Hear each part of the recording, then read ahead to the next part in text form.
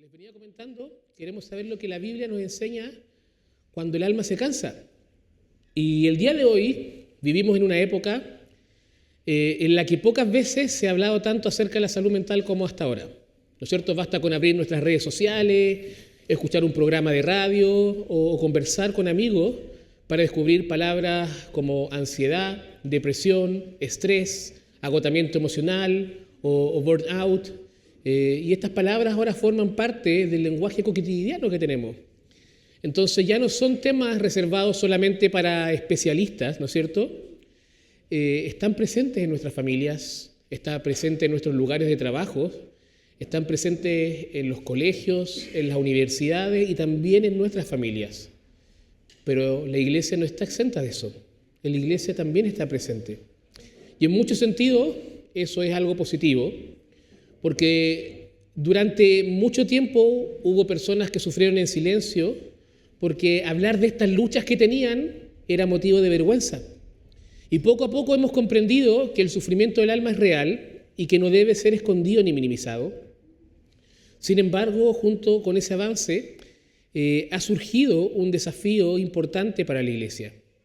Vivimos rodeados de innumerables voces que intentan explicar qué es el ser humano, ¿no es cierto? ¿Por qué sufre? ¿Cómo podemos encontrar bienestar?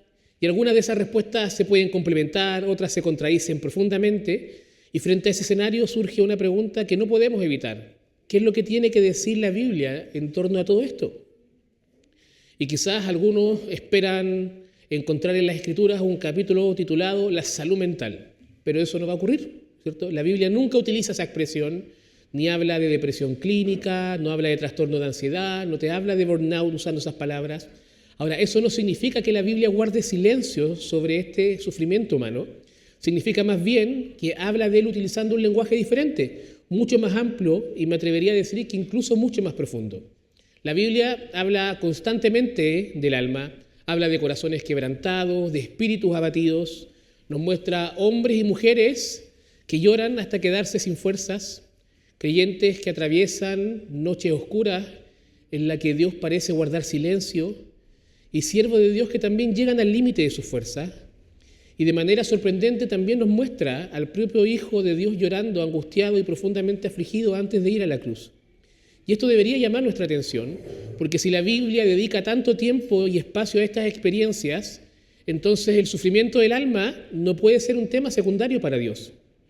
Y al mismo tiempo debemos evitar dos errores, y estos son que algunos intentan convertir la Biblia en un manual de psicología. Otros piensan que no tiene nada que aportar porque fue escrita hace miles de años. Y creo que ambos extremos se equivocan. La Biblia no fue escrita para reemplazar todas las disciplinas que estudian al ser humano, pero tampoco fue escrita al margen de la realidad del ser humano. Y las Escrituras revelan quién es Dios, quiénes somos nosotros, por qué el mundo está roto y dónde puede encontrarse una esperanza que ninguna otra voz puede ofrecer. Por eso esta mañana nos vamos a intentar responder todas las preguntas que existen acerca de la salud mental. Seamos honestos, sería imposible hacerlo en un solo encuentro, ¿no es cierto? Más bien lo que queremos hacer es algo mucho más fundamental. Queremos preguntarle a Dios cómo entiende al ser humano, porque la forma en que respondamos a esta pregunta va a determinar la manera en la que vamos a entender el sufrimiento, la forma en la que acompañaremos a los que lloran y enfrentaremos nuestras propias luchas cuando nuestra alma se canse. Y aquí encontramos algo que distingue profundamente la fe cristiana de muchas de las explicaciones contemporáneas. La Biblia nunca comienza observando las heridas del ser humano, comienza contemplando su origen. Entonces, antes de hablarnos del pecado, la Biblia nos habla de la creación. Antes de mostrarnos un mundo roto, nos muestra un mundo tal como Dios lo diseñó, porque jamás vamos a comprender de manera correcta aquello que se rompió si primero no entendemos cómo era aquello que Dios creó. Por eso, si queremos hablar bíblicamente acerca del sufrimiento del alma, debemos regresar a las primeras páginas de la Escritura, debemos volver al jardín donde todavía no existían las lágrimas, el miedo, la culpa ni la muerte, porque allí Dios nos muestra quiénes fuimos creados para ser, y al hacerlo comienza también a explicarnos por qué nuestro corazón sigue anhelando un mundo que parece haber perdido. ¿Les parece si oramos? Bendito Dios, te alabamos y te bendecimos, Señor. Te damos la gloria esta mañana, te damos gracias por estar aquí presente, reunidos como tu pueblo, como una familia tuya, dispuestos a escuchar más de ti. Guía nuestras mentes y nuestros corazones a entender lo que tú nos quieres hablar el día de hoy y que la meditación de mi mente y mi corazón sean gratas a ti. Te lo pido en el nombre de Cristo Jesús. Amén. ¿Se escucha bien atrás el audio, no es cierto? ¿No dijeron algunos? ¿No escuchan bien? ¿Sí? Parece que algunos van a necesitar más audífonos. Nuestro hermano Mario dice que tiene un buen dato, ¿no es cierto? Pero como les decía, ¿no escuchó Mario? No escuchó. No importa, no importa. Pero como quería decirles, para entender esto debemos entender quién es el ser humano según Dios. Y como les dije, la Biblia comienza ¿con qué? Con Apocalipsis, ¿no es cierto? No, comenzamos con Génesis. Entonces debemos responder a otra pregunta incluso. ¿Qué es un ser humano? Creo que muchos han hecho esa pregunta, la ciencia también, y nuestro mundo ofrece muchas respuestas. Algunos reducen a la persona a procesos biológicos, ¿no es cierto? Otros la explican principalmente desde las emociones, la razón o la voluntad. Incluso dentro del mundo cristiano encontramos respuestas que aunque son bien intencionadas, terminan siendo muchas veces incompletas. Por eso, antes de que escuchemos cualquier otra voz, debemos permitir que sea Dios quien sea el que responda a esta pregunta. Porque después de todo, nadie conoce mejor una obra que aquel que la diseñó, ¿no es cierto? Y las primeras páginas de la Biblia presentan una diferencia radical entre el ser humano y el resto de la creación. Si nos vamos a Génesis 1, vemos a Dios creando la luz, ¿no es cierto?, separando las aguas, formando la tierra y llenando todo el mundo de vida. Y después de cada acto creador aparece la misma expresión. ¿Se acuerdan cuál es? Y vio Dios que era bueno, ¿no es cierto? Sin embargo, cuando llegamos al sexto día, el relato cambia el ritmo. Es como si el narrador quisiera que disminuyéramos la velocidad para contemplar con mayor atención la creación del hombre y de la mujer. Y leemos en Génesis 1, 26, 27, entonces dijo Dios, hagamos al hombre a nuestra imagen conforme a nuestra semejanza. Creó pues Dios al hombre a imagen suya, a imagen de Dios lo creó, varón y hembra los creó. Y estas palabras son de una importancia extraordinaria porque ninguna otra criatura de la creación recibe esta descripción. Solo el ser humano fue creado a imagen de Dios. Y eso significa que existe algo único en nuestra naturaleza que nos distingue del resto de la creación. Ahora, esto no es porque seamos más fuertes, no es porque seamos más inteligentes que las demás criaturas, sino porque Dios decidió imprimir en nosotros una dignidad que ninguna otra parte de la creación posee. Y durante siglos la Iglesia ha reflexionado sobre el significado de la imagen de Dios. Algunos han destacado nuestra racionalidad, ¿no es cierto? Otros nuestra capacidad moral, otros nuestra habilidad para relacionarnos con otros. Otras personas han destacado el llamado a ejercer un dominio responsable sobre la creación. Y probablemente todos estos elementos forman parte de la respuesta. Sin embargo, cualquiera sea el énfasis que adoptemos, la conclusión siempre será la misma. El valor del ser humano no nace de aquello que produce, sino que nace de aquel que lo creó. Y hoy en día vivimos en una sociedad que constantemente mide el valor de las personas según su rendimiento, según su éxito, su apariencia, sus logros. Y el problema es que todos esos criterios pueden desaparecer de un momento a otro. Una enfermedad puede robarnos la fuerza, un accidente puede cambiar completamente nuestra vida y el paso de los años nos alcanza a todos, ¿no es cierto? Y si nuestro valor dependiera de cualquiera de esas cosas, viviríamos con un temor permanente. Y la Biblia ofrece un fundamento completamente distinto, que nuestra dignidad descansa en una realidad que ninguna enfermedad puede destruir y que ninguna crisis puede arrebatar. Fuimos creados a imagen de Dios. Y esa verdad permanece cuando somos niños y cuando somos ancianos. Esa verdad permanece cuando estamos sanos y cuando estamos enfermos. Permanece cuando atravesamos momentos de estabilidad emocional y también cuando luchamos con un profundo sufrimiento interior. Por eso una persona hospitalizada por una enfermedad psiquiátrica no deja de ser imagen de Dios. Un anciano que ya no recuerda el nombre de sus hijos a causa de una demencia continúa siendo imagen de Dios. Un joven consumido por la ansiedad sigue siendo imagen de Dios.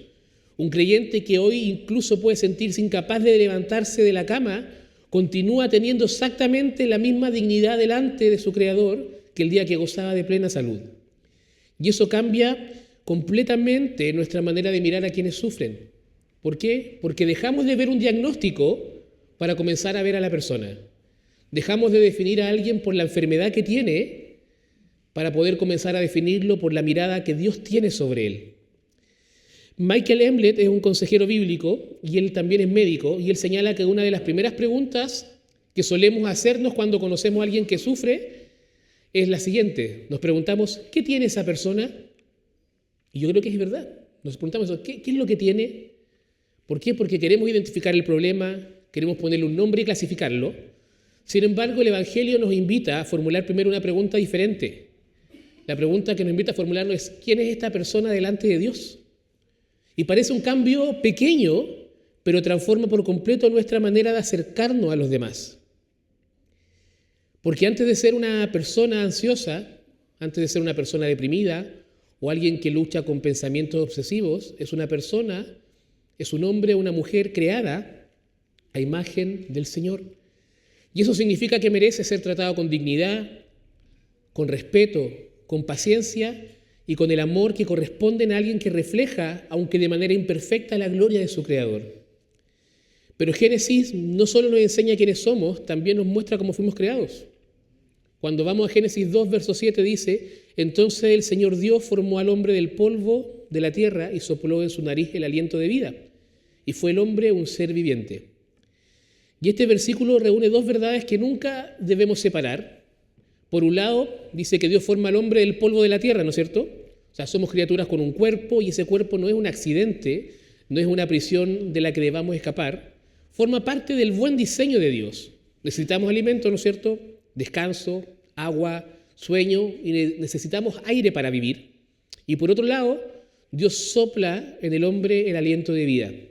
Y el resultado no es un cuerpo al que luego se le añade un alma, como si fuesen dos cosas independientes. Muchas veces hablamos, ¿no es cierto? Cuerpo y alma, los separamos.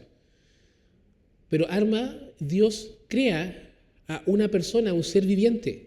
La Biblia presenta al ser humano como una unidad maravillosamente integrada. Y esta verdad tiene enorme implicancia cuando hablamos del sufrimiento del alma, porque muchas veces caemos en uno de los dos errores opuestos.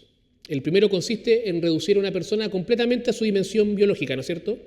Como si todo lo que nosotros pensamos, lo que sentimos o decidimos puede explicarse simplemente por procesos físicos o fisiológicos.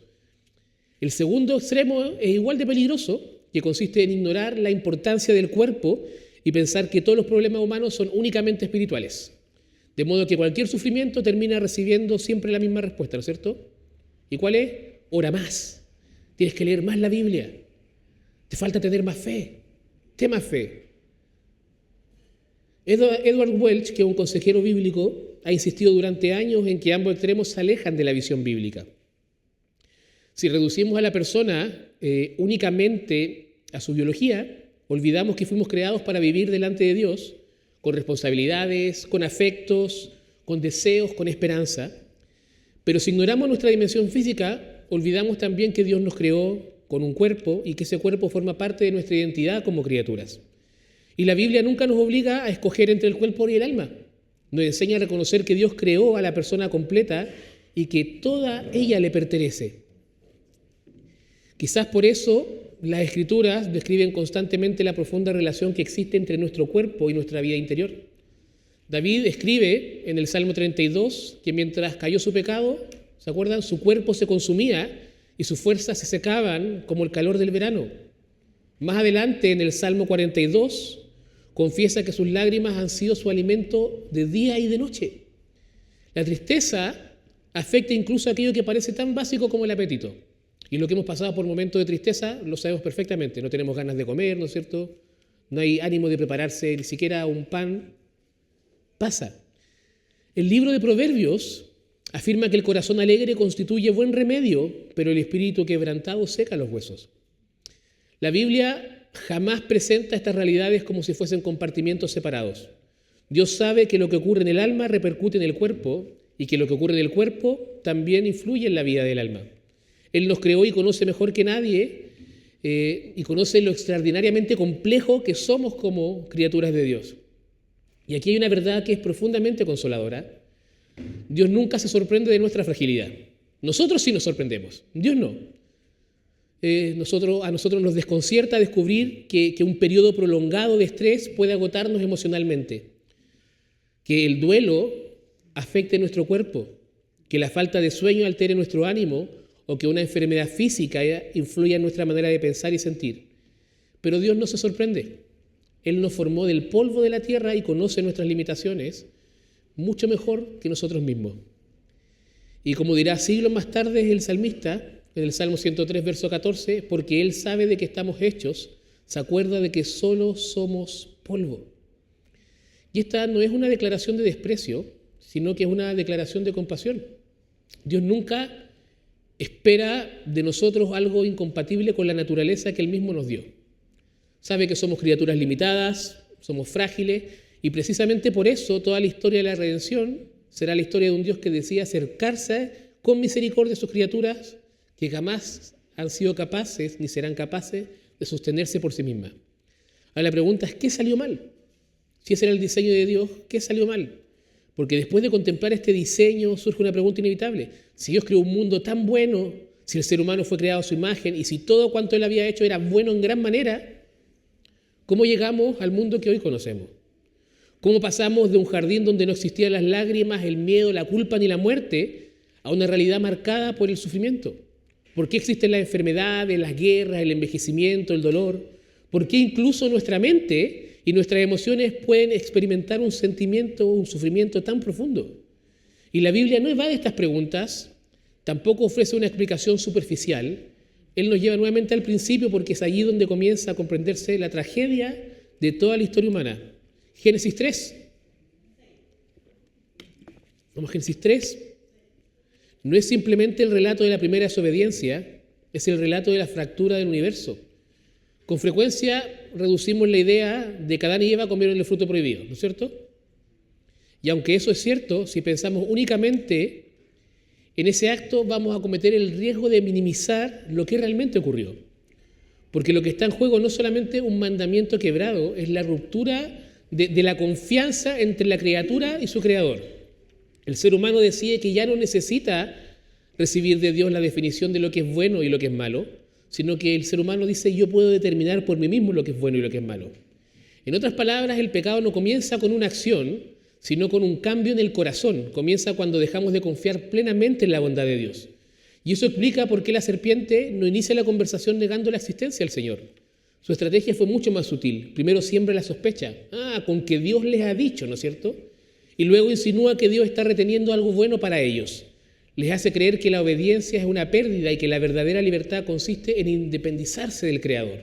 En el fondo, la primera tentación de la historia consistió en desconfiar del corazón de Dios. Y esa misma tentación sigue presente el día de hoy. Cada vez que pensamos que Dios nos está privando de algo que nosotros consideramos bueno, cada vez que sospechamos de sus propósitos o creemos que seremos más felices lejos de Él, estamos escuchando el mismo susurro que resonó en el jardín del Edén. Porque el pecado siempre te promete libertad, pero termina produciendo esclavitud. Promete plenitud, pero deja vacío. Y te promete autonomía, pero conduce a la muerte. Y las consecuencias aparecen de inmediato. Adán y Eva se esconden, la vergüenza reemplaza la inocencia, el miedo ocupa el lugar que tenía la confianza, la culpa rompe la comunión con Dios. Y luego aparece la acusación mutua, ¿no es cierto? Adán culpa a Eva, Eva culpa a la serpiente y finalmente la creación comienza a resistirse al trabajo del hombre y el dolor entra en la experiencia humana y aparece aquello que nunca había formado parte del diseño original de Dios, que es la muerte. Y a partir de ese momento toda la creación queda marcada por las consecuencias del pecado. La caída no rompe solamente nuestra relación con Dios, rompe nuestra relación con las demás personas, con la creación completa e incluso rompe nuestra relación con nosotros mismos, porque el ser humano deja de vivir en armonía consigo mismo. Y esta verdad adquiere una enorme importancia cuando hablamos del sufrimiento del alma. La caída alcanza a toda la persona porque toda la creación quedó sometida a la corrupción. No fue solamente una parte de la creación, toda la creación. El cuerpo envejece, la mente se cansa, las emociones se desordenan, las relaciones se fracturan. Vivimos en un mundo en que ya no funciona exactamente como fue diseñado por Dios. Y el apóstol Pablo desarrolla esta realidad con una profundidad extraordinaria.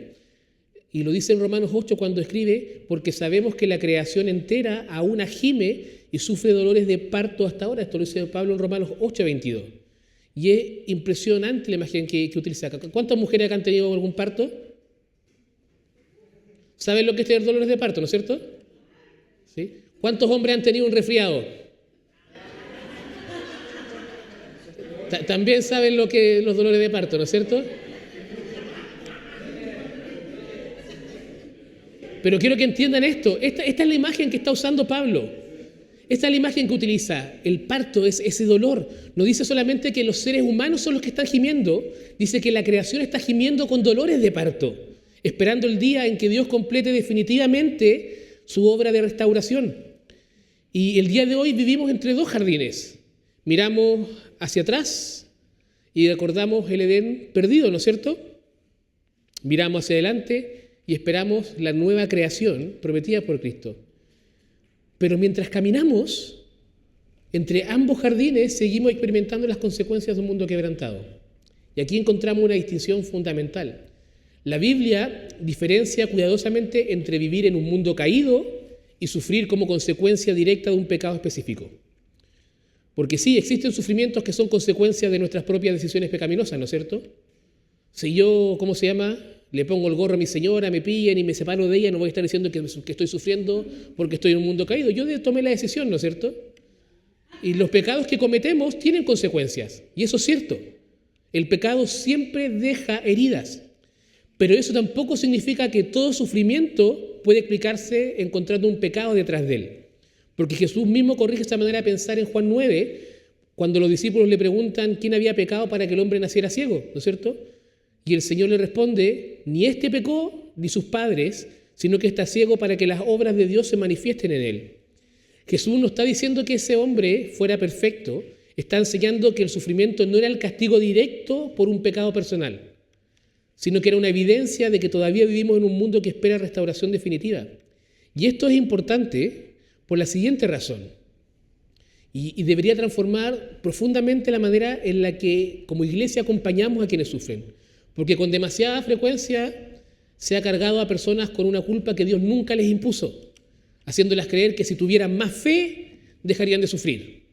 Pero la Biblia nos llama a una humildad mucho mayor. Nos recuerda que vivimos en un mundo que está roto, donde existen cuerpos enfermos, donde existen corazones quebrantados, mentes agotadas y emociones profundamente heridas.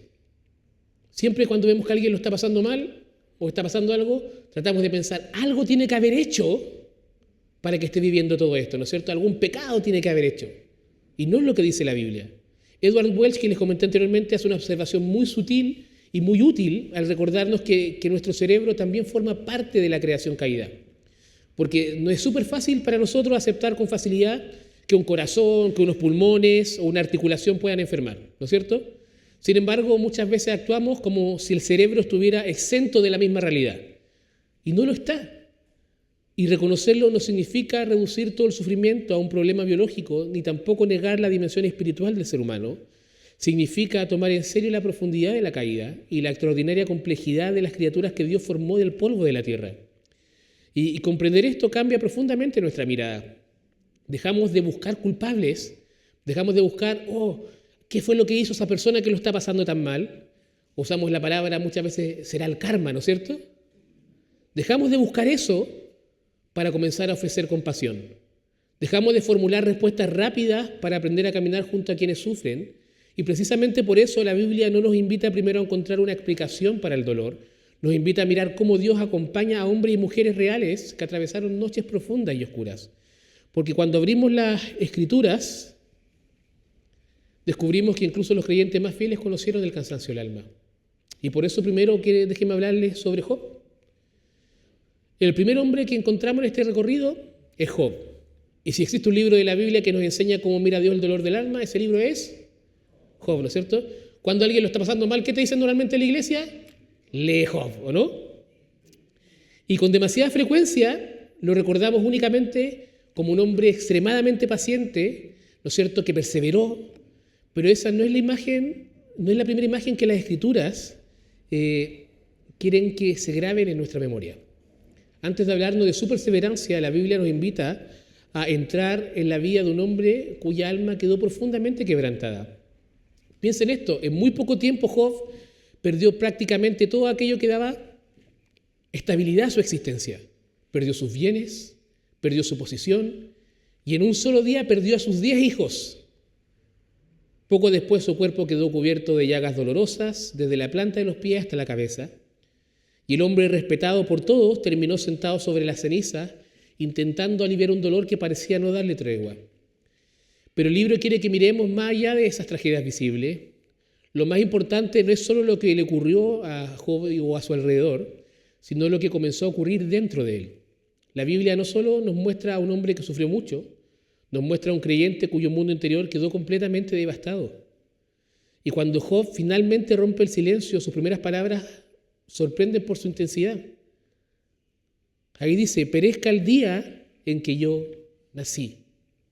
Perezca el día en que yo nací. Job no está maldiciendo a Dios, está expresando un dolor tan profundo que llegó a desear no haber existido. Y lo sorprendente es que Dios decidió conservar esas palabras en las Escrituras. No las borró, no las suavizó, las dejó allí para que todas las generaciones supieran que un creyente verdadero puede atravesar un profundo quebranto emocional sin dejar por ello de pertenecer al Señor. Y esto derriba mucho los prejuicios que nosotros tenemos, porque a veces pensamos que una fe madura debería protegernos de la angustia más profunda. Es como si alcanzáramos un estado nivel zen, ¿no es cierto?, donde somos inmunes a todo lo que está ocurriendo. Pero la Biblia no nos enseña eso. Pero sin embargo, quiero que piensen en esto. Antes de comenzar toda esta historia, es Dios mismo que dice algo muy importante acerca de Job. En Job 1, verso 8, Dios dice, no hay ninguno como él sobre la tierra, hombre intachable y recto, temeroso de Dios y apartado del mal. Eso es lo que Dios dice acerca de Job. El hombre que pronuncia uno de los lamentos más intensos de la Biblia, que dice, perezca el día en que yo nací, es también uno de los hombres más fieles que la Escritura presenta. Y eso significa que el dolor emocional no siempre es señal de una fe débil, ni tampoco es la consecuencia de un pecado oculto. En un mundo quebrantado, incluso los creyentes más fieles pueden experimentar temporadas en que el alma parece quedarse sin fuerzas. Sin embargo, hay algo que Job no dejó nunca de hacer. ¿Y saben qué es? Nunca dejó de hablar con Dios. Sus preguntas, sus lágrimas, su confusión siempre tienen el mismo destinatario. No espera sentirse mejor para acercarse al Señor. Se acerca precisamente porque está completamente roto y quebrado. Y es una lección profundamente importante para el cuidado del alma. La Biblia nunca nos enseña a negar nuestras emociones, nos enseña a llevarlas delante de Dios. Y en ese momento aparecen los amigos de Job, ¿no es cierto? Y los amigos de Job parecen entender perfectamente lo que ocurría. Si Job sufría tanto, pensaban, debía existir algún pecado escondido que explicara todo, ¿no es cierto? Algo está haciendo Job que le está pasando todo esto. Y sin darse cuenta, los amigos terminaron aumentando el peso que Job ya llevaba sobre sus hombros. ¿No seguimos nosotros haciendo lo mismo muchas veces? Cuando alguien atraviesa una depresión, una ansiedad profunda o un agotamiento emocional, buscamos rápidamente una explicación, ¿no es cierto? Pensamos que quizás le falta fe, que no está orando lo suficiente, no está haciendo sus devocionales diarios, no está leyendo la Biblia. Pensamos que quizás hay algo en su vida que está ocultando, ¿no es cierto? Y por eso está pasando por todo eso. Pero el libro de Job desmonta esa manera de pensar. Nos recuerda que nosotros nunca vemos toda la historia. Christopher Ash, que es un teólogo que me gusta mucho a mí, señala en su comentario de Job que Job jamás supo lo que el lector conoce desde el primer capítulo. ¿Y saben lo que conocemos nosotros del primer capítulo? Job no conoce esta conversación entre Dios y Satanás. Nosotros sí la conocemos, Job no. Job nunca entendió por qué atravesaba aquella prueba. Él caminó su experiencia por fe. Y esa también es nuestra realidad. Hay preguntas que van a permanecer sin respuesta. Pero la ausencia de una explicación no significa la ausencia de Dios. Y al final del libro, Dios nos responde todas las preguntas de Job. Hace algo mejor. Se revela a sí mismo.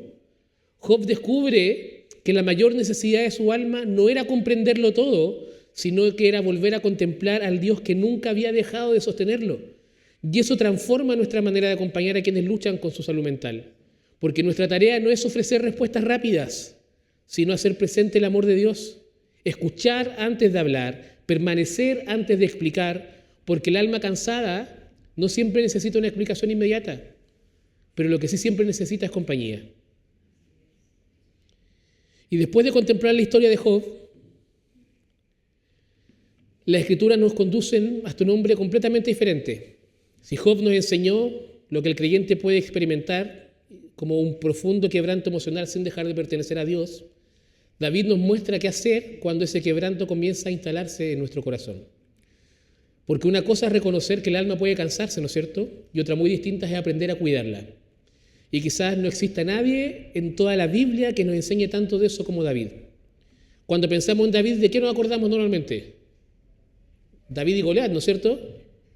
O quizás nos acordamos del rey de Israel, o nos acordamos del pecado que tuvo con Betsabé, ¿no es cierto? O nos acordamos de la frase de el hombre conforme al corazón de Dios.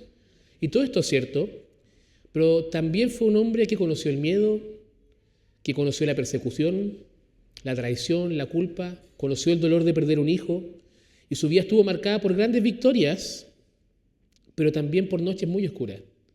Y precisamente por eso Dios lo utiliza para escribir uno de los textos más honestos de toda la Escritura. ¿Cuál es el libro más extenso de la Biblia? Salmos, ¿no es cierto? ¿Y saben qué porcentaje del libro Salmos son salmos de lamentaciones? ¿Aproximadamente?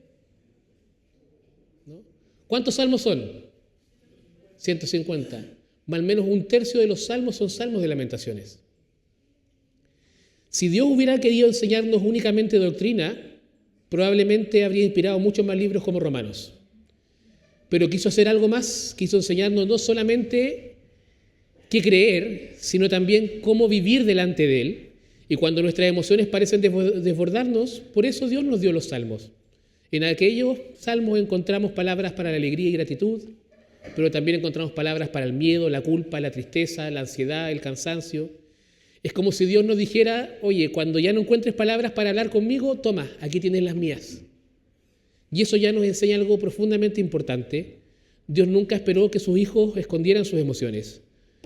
Dios nunca confundió la fe con la ausencia de dolor. Al contrario, inspiró un libro entero donde hombres y mujeres aprenden a llevar delante de Él todo lo que ocurre en su mundo interior.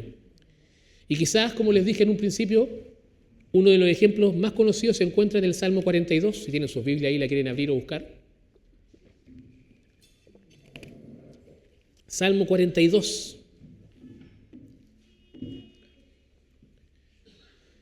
Y allí leemos estas palabras en el verso 5.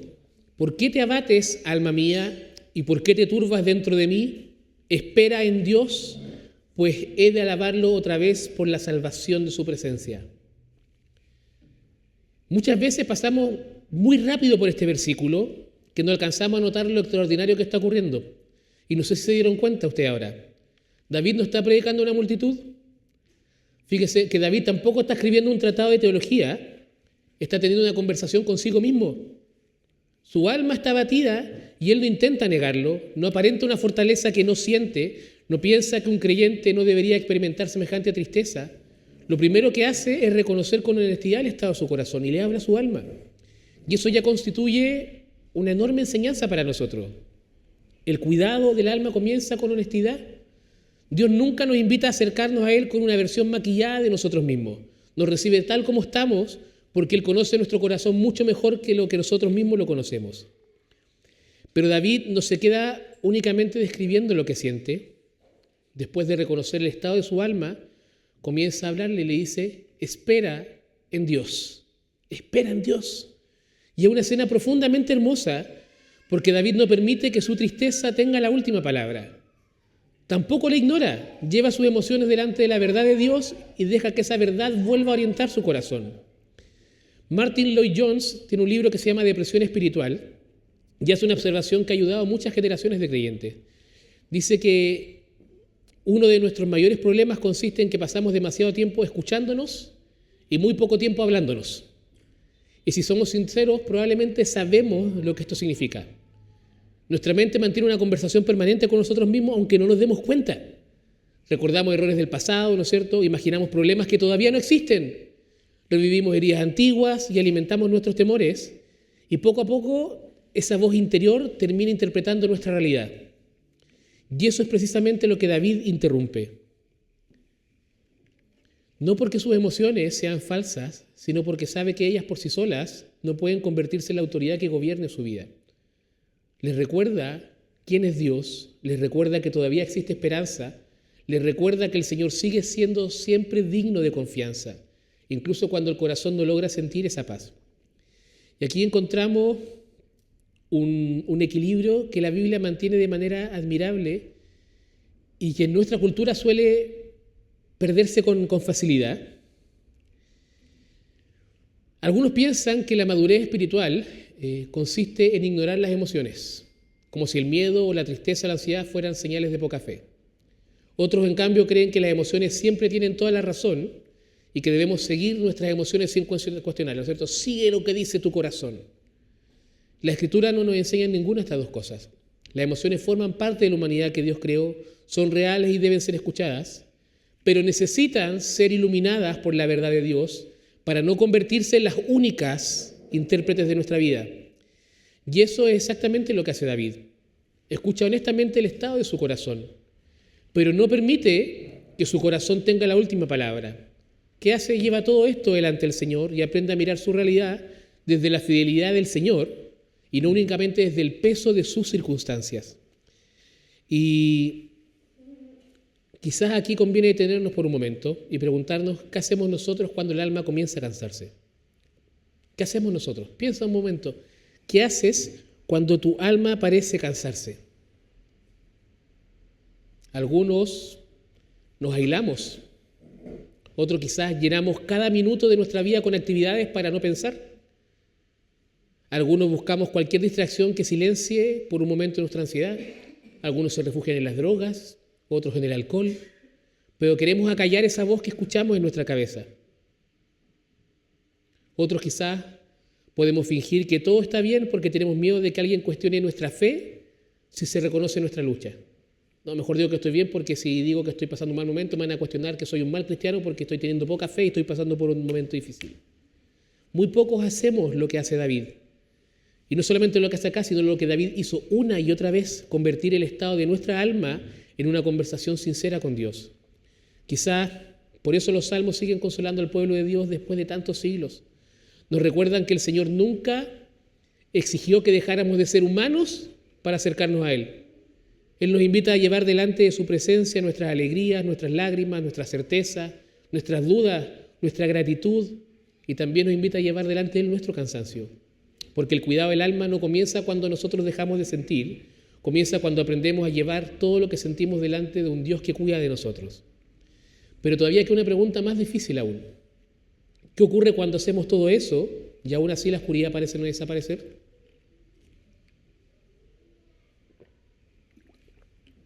¿Qué sucede cuando el creyente sigue orando y el alivio no llega tan rápido como esperaba?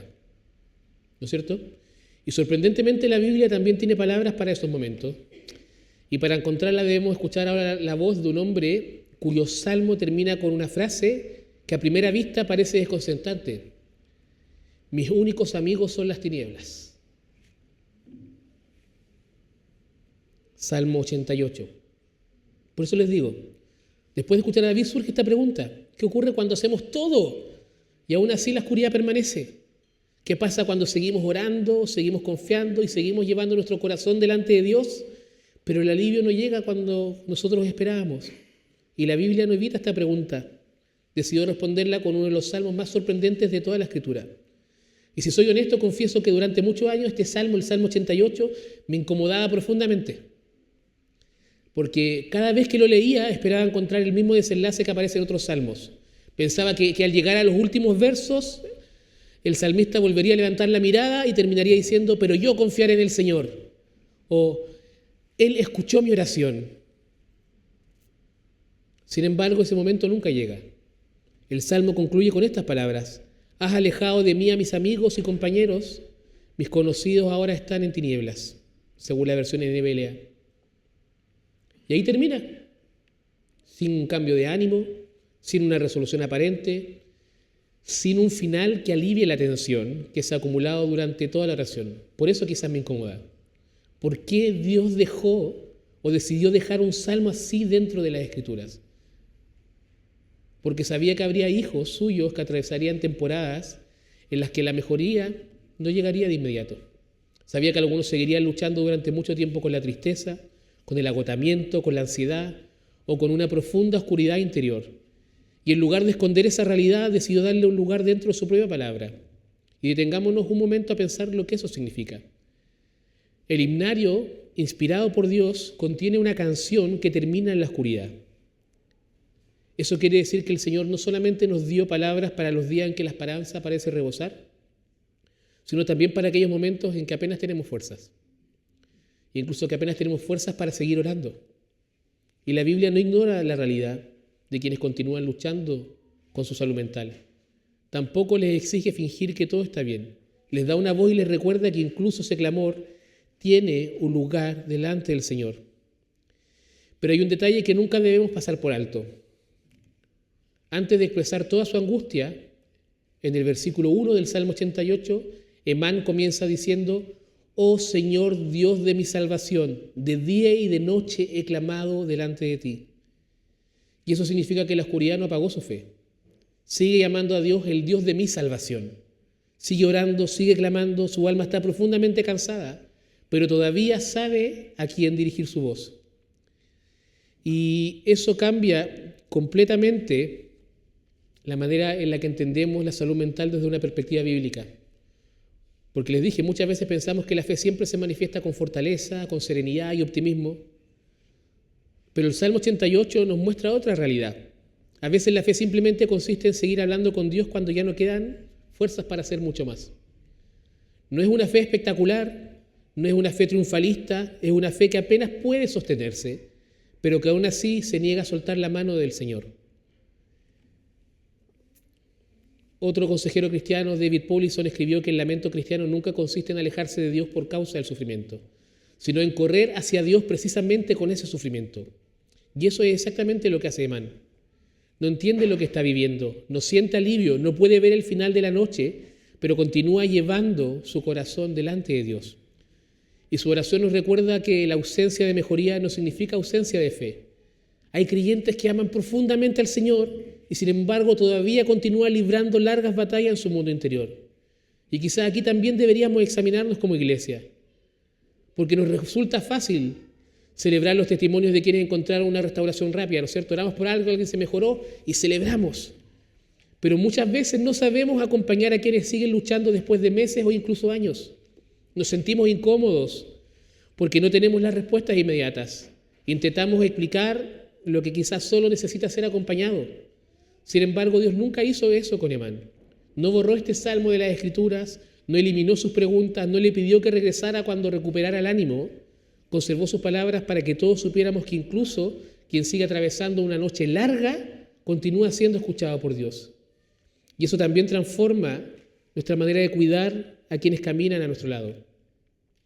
Como les dije, a veces pensamos que ayudar consiste en encontrar las palabras correctas, pero muchas veces el cuidado del alma comienza de una manera mucho más sencilla y mucho más parecida al corazón de Cristo. ¿Saben cuál es?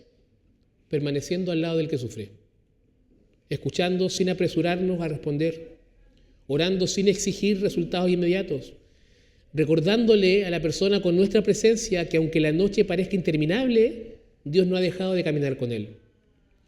Pero todavía hay alguien que podría pensar que Emán fue una excepción, que se trató de un caso aislado de las Escrituras.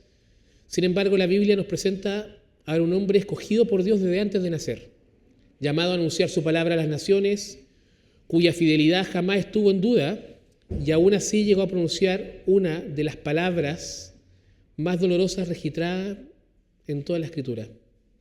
Y su nombre era Jeremías.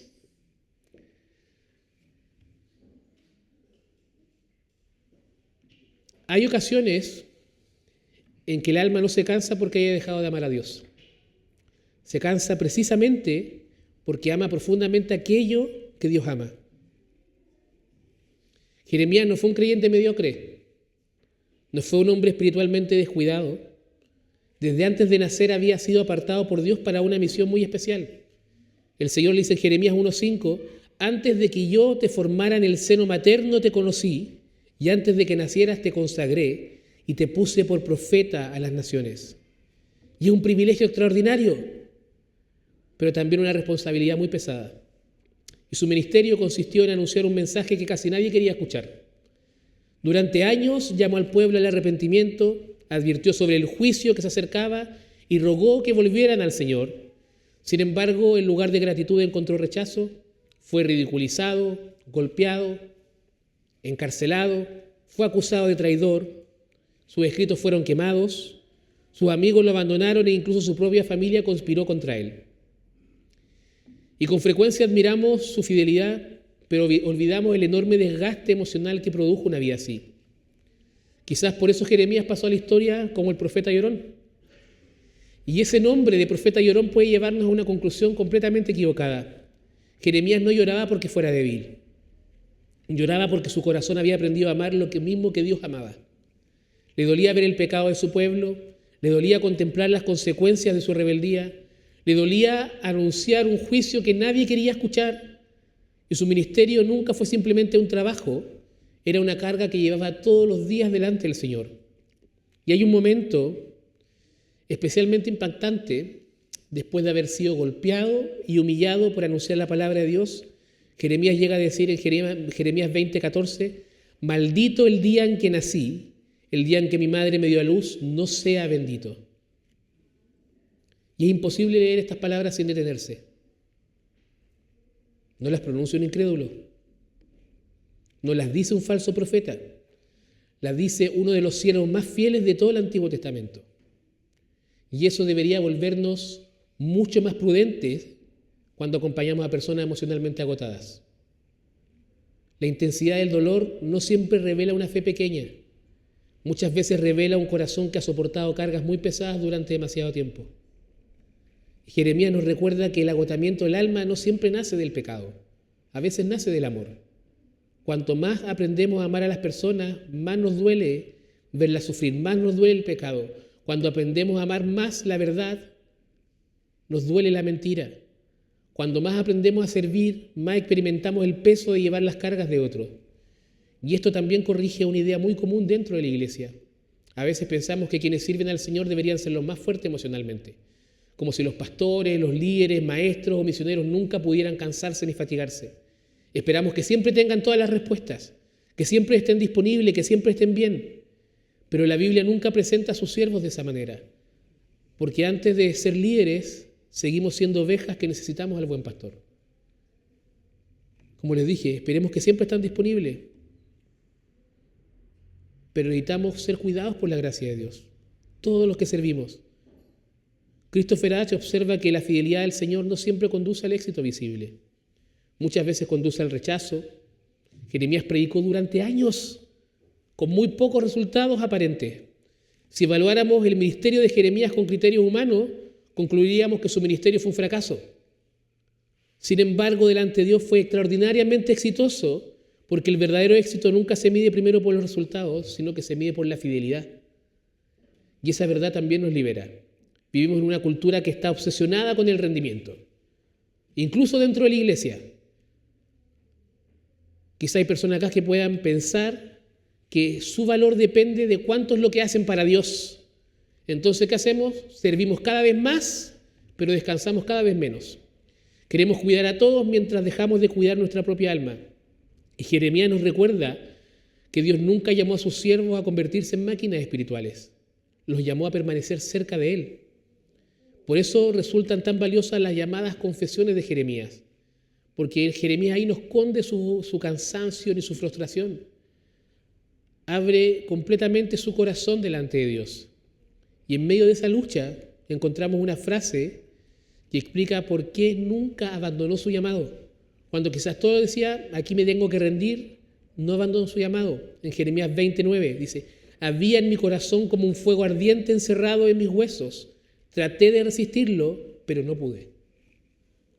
Jeremías estaba cansado, profundamente cansado, pero descubrió que la fidelidad de Dios era más fuerte que su agotamiento. Y su perseverancia no descansaba en una personalidad extraordinaria, sino en la gracia del Dios que lo había llamado. Y creo que esta verdad sigue siendo profundamente necesaria para nosotros el día de hoy. Habrá momentos en los que cuidar de nuestra familia nos va a cansar. Habrá temporadas en que servir en la iglesia nos va a desgastar. Habrá conversaciones que nos van a dejar con el corazón pesado y situaciones que nos van a hacer llorar en silencio. Y eso no significa necesariamente que estamos haciendo algo mal. En ocasiones significa que estamos amando en un mundo profundamente quebrado. Por eso cuidar nuestra salud mental no consiste únicamente en aprender a soportar más.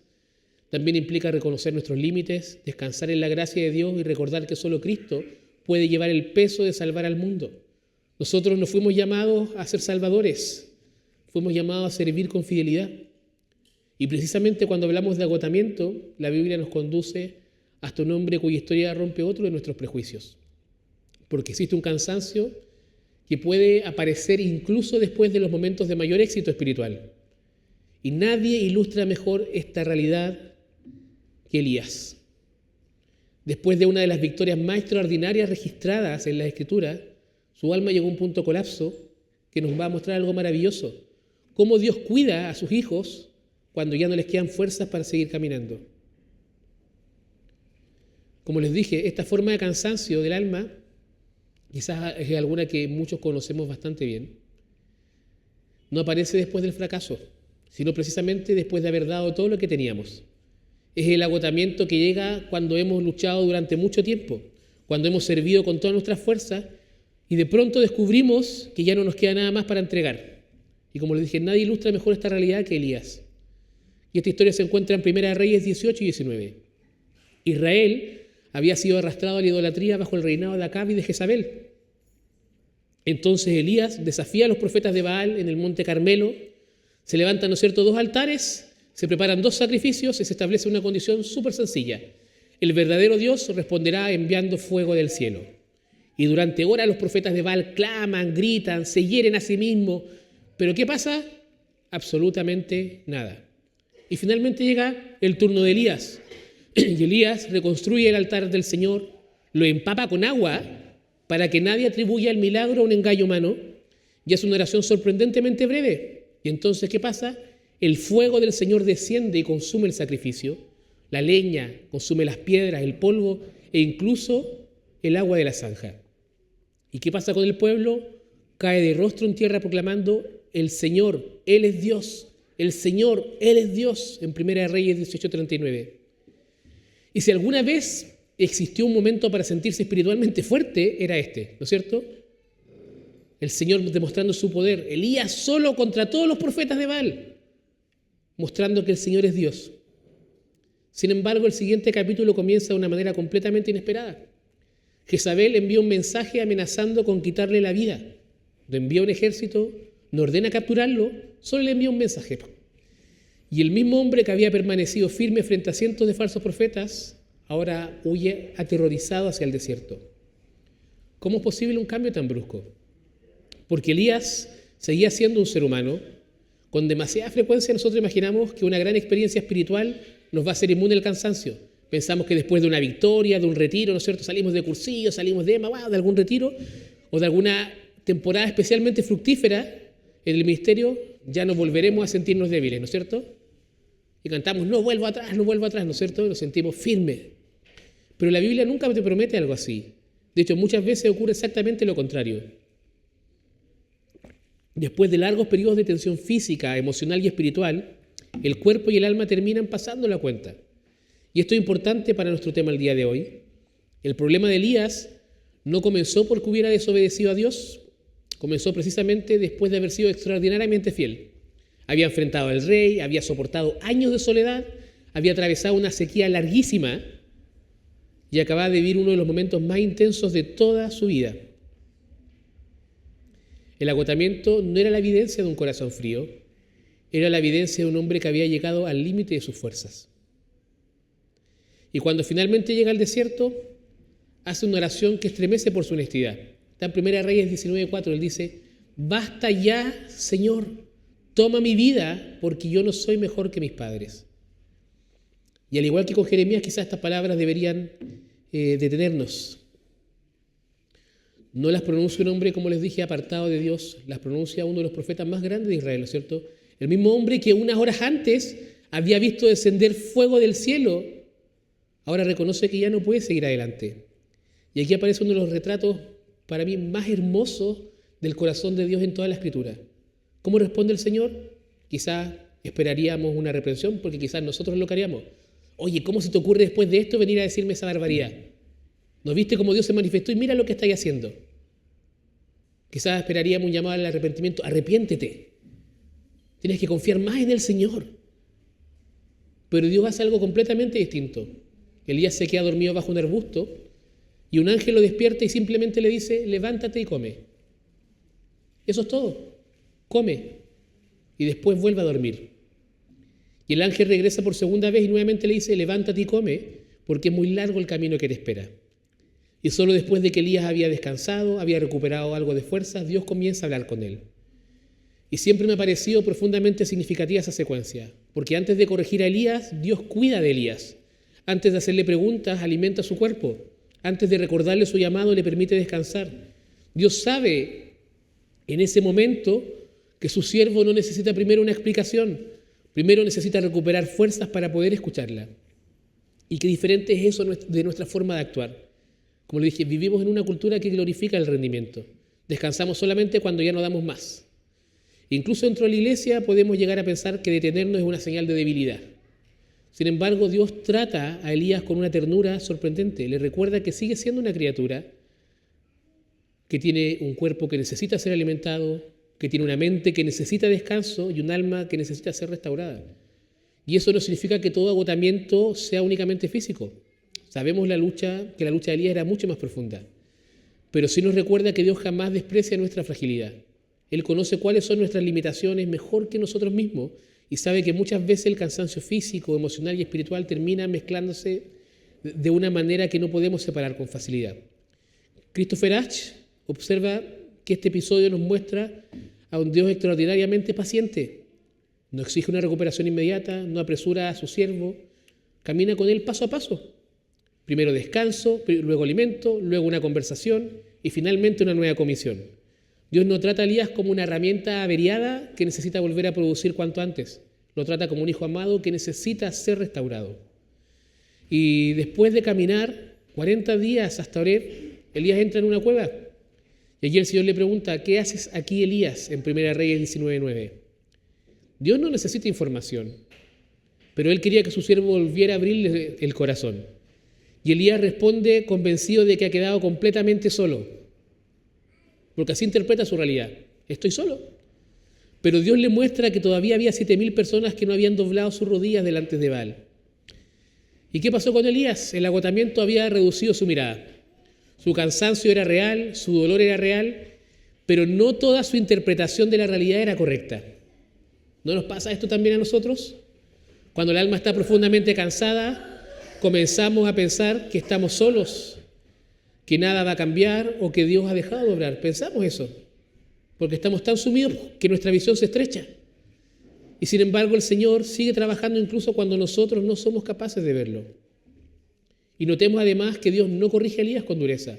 Primero escucha, después habla y finalmente vuelve a confiar en la misión. Y no porque ahora sea el hombre más fuerte, sino porque había sido sostenido por la gracia de Dios. Y quizás esa sea una de las enseñanzas más hermosas de toda la historia. Dios no ama únicamente la parte productiva de nuestra vida. No nos recibe solamente cuando somos fuertes, eficientes o capaces de seguir dando más. También se acerca cuando estamos exhaustos, cuando apenas podemos caminar y cuando sentimos que hemos llegado al límite. El Señor que hizo descender fuego sobre el monte Carmelo es el mismo que preparó pan para un profeta agotado, bajo un arbusto en medio del desierto. Y eso nos recuerda una verdad que necesitamos escuchar una y otra vez. Para Dios, su siervo siempre fue más importante que su productividad. Antes de volver a encomendarle una misión, quiso restaurar su corazón. Y mientras contemplamos este cuidado tan tierno, todavía queda una última voz por escuchar. Porque si Job nos mostró que el creyente puede quebrantarse, David nos enseñó a llevar el corazón delante de Dios. En más nos recordó que la noche puede ser larga. Jeremías nos habló del desgaste de amar y servir. Y Elías nos reveló cómo Dios cuida a sus hijos cuando ya no le quedan fuerzas. Y ahora llegamos al hombre que descubrirá una de las lecciones más profundas del Nuevo Testamento, que el poder de Dios muchas veces se manifiesta precisamente en medio de nuestra debilidad. ¿Y quién es ese hombre? El apóstol Pablo.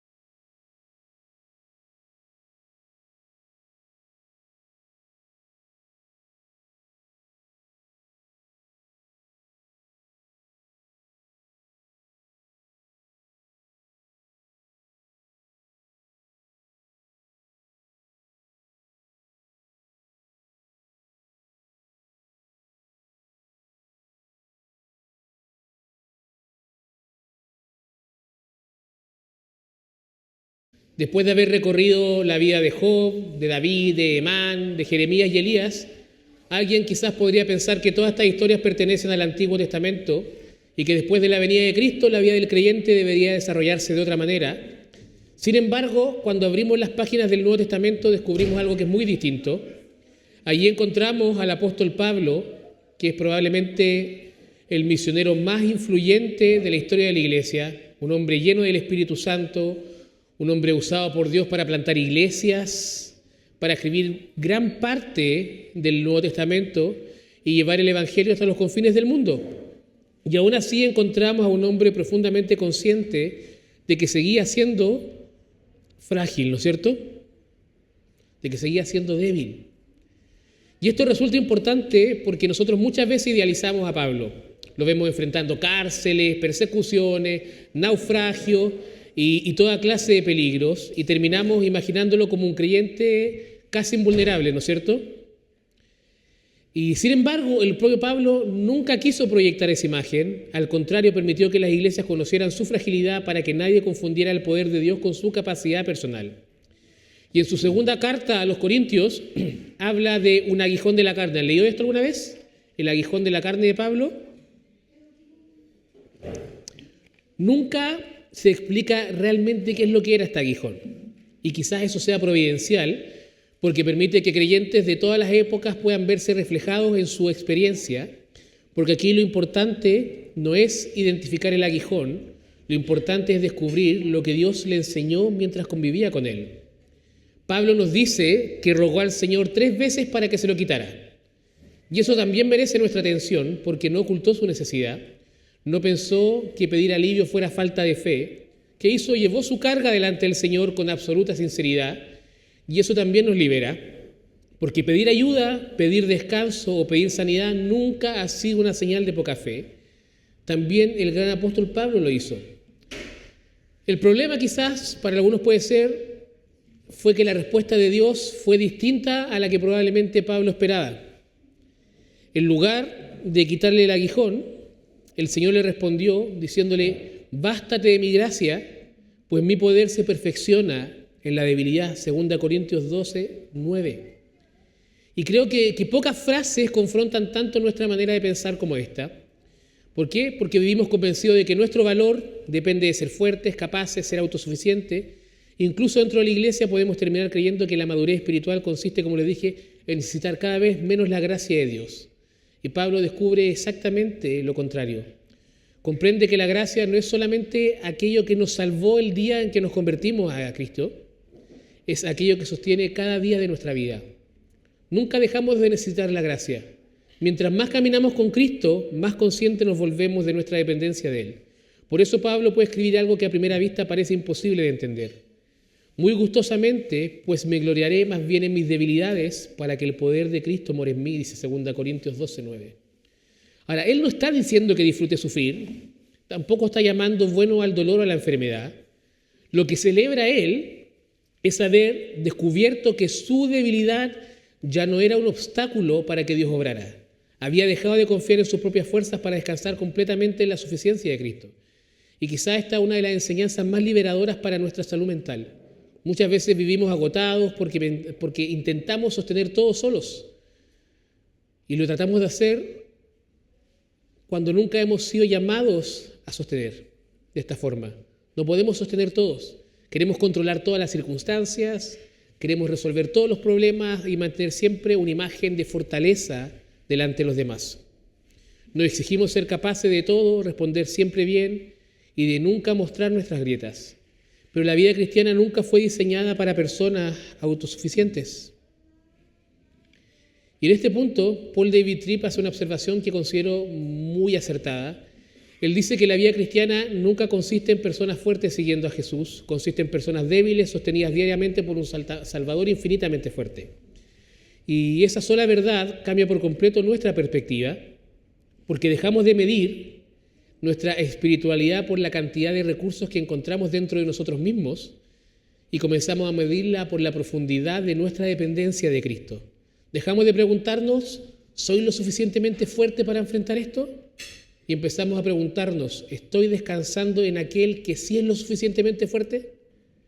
Y esta es una de las diferencias entre vivir intentando sostener el peso de la vida con nuestras propias fuerzas y vivir sostenidos día tras día por la gracia del Señor.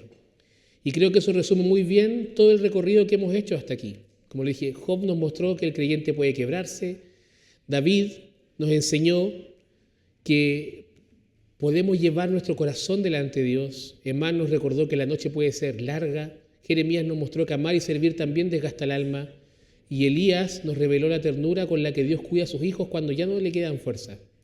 Y Pablo nos enseña que nuestra esperanza nunca ha descansado en nuestra fortaleza, sino en la gracia inagotable de Cristo. Y no sé si notan el hilo conductor que atraviesa todas estas historias. Ninguno de ellos salió adelante porque fuera emocionalmente más fuerte que los demás. Ninguno venció simplemente porque aprendió a controlar mejor sus emociones. Ninguno encontró dentro de sí mismo los recursos suficientes para sostenerse. Todos, absolutamente todos, fueron sostenidos por Dios. Y creo que ese es precisamente el mensaje que las Escrituras quieren dejar grabado en nuestro corazón antes de dirigir nuestra mirada a Jesucristo. Porque todos estos hombres con historias tan distintas terminan señalando hacia uno mucho mayor que ellos mismos. Job anheló un redentor que se levantara sobre el polvo. David cantó acerca del rey que vendría. Jeremías anunció un nuevo pacto. Elías preparó el camino para el Mesías. Pablo dedicó toda su vida a anunciar a Cristo crucificado y resucitado. Todos ellos de una u otra manera apuntaban hacia la misma esperanza. Y esto nos lleva al corazón de todo este sermón. Hasta ahora hemos visto a hombres profundamente fieles que experimentaron el cansancio del alma. Y hemos aprendido que la Biblia no esconde esa realidad, sino que la enfrenta con una honestidad extraordinaria. Pero todavía queda la pregunta más importante de todas. ¿Qué hizo Dios frente al sufrimiento, al agotamiento y la fragilidad de nuestra condición humana? Y la respuesta no es simplemente que nos dejó enseñanzas, tampoco es que únicamente nos dejó buenos ejemplos para imitar. La respuesta es infinitamente más profunda. Dios mismo vino a encontrarse con nosotros en medio de nuestro dolor.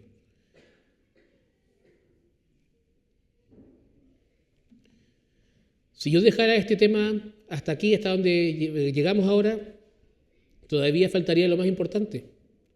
Porque como les dije, todos estos hombres, aunque fueron profundamente usados por Dios, compartían algo en común. Todos seguían necesitando un Salvador. Ninguno de ellos constituye la respuesta definitiva al cansancio del alma. Todos fueron hombres de fe, pero también fueron hombres marcados por la fragilidad. Todos señalaron a alguien mayor que ellos mismos. Todos de una u otra manera dirigían nuestra mirada hacia Jesucristo. Y aquí encontramos una de las verdades más extraordinarias de toda la fe cristiana, que Dios no respondió al sufrimiento humano permaneciendo a la distancia. No observó nuestro dolor desde el cielo, limitándose a enviarnos palabras de ánimo o a enviarnos instrucciones para soportar mejor lo que estamos viviendo. Dios hizo algo infinitamente más grande. Entró en el mundo, entró en nuestro dolor. Y Juan escribe unas palabras que nunca deberían dejar de asombrarnos. Son palabras que conocemos perfectamente, pero nunca deberían dejar de asombrarnos.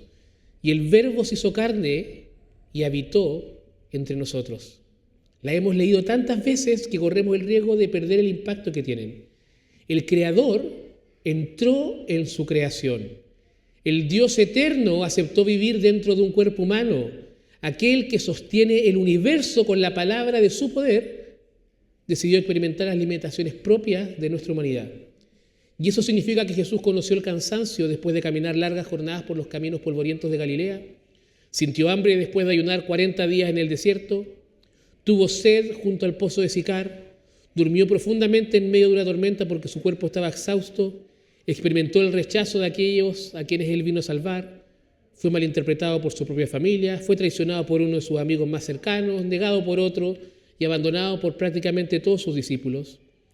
Nada de lo que experimentamos como seres humanos a él le resulta extraño. Y cuando hablamos del cuidado del alma, esto tiene una importancia enorme. ¿Por qué? Porque muchos a veces imaginamos a Jesús caminando por este mundo como si nada pudiera afectarlo emocionalmente.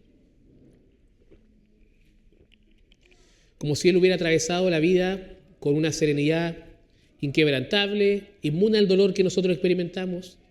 Sin embargo, los evangelios nos presentan a un Salvador plenamente humano que nunca pecó, pero que sí sintió profundamente.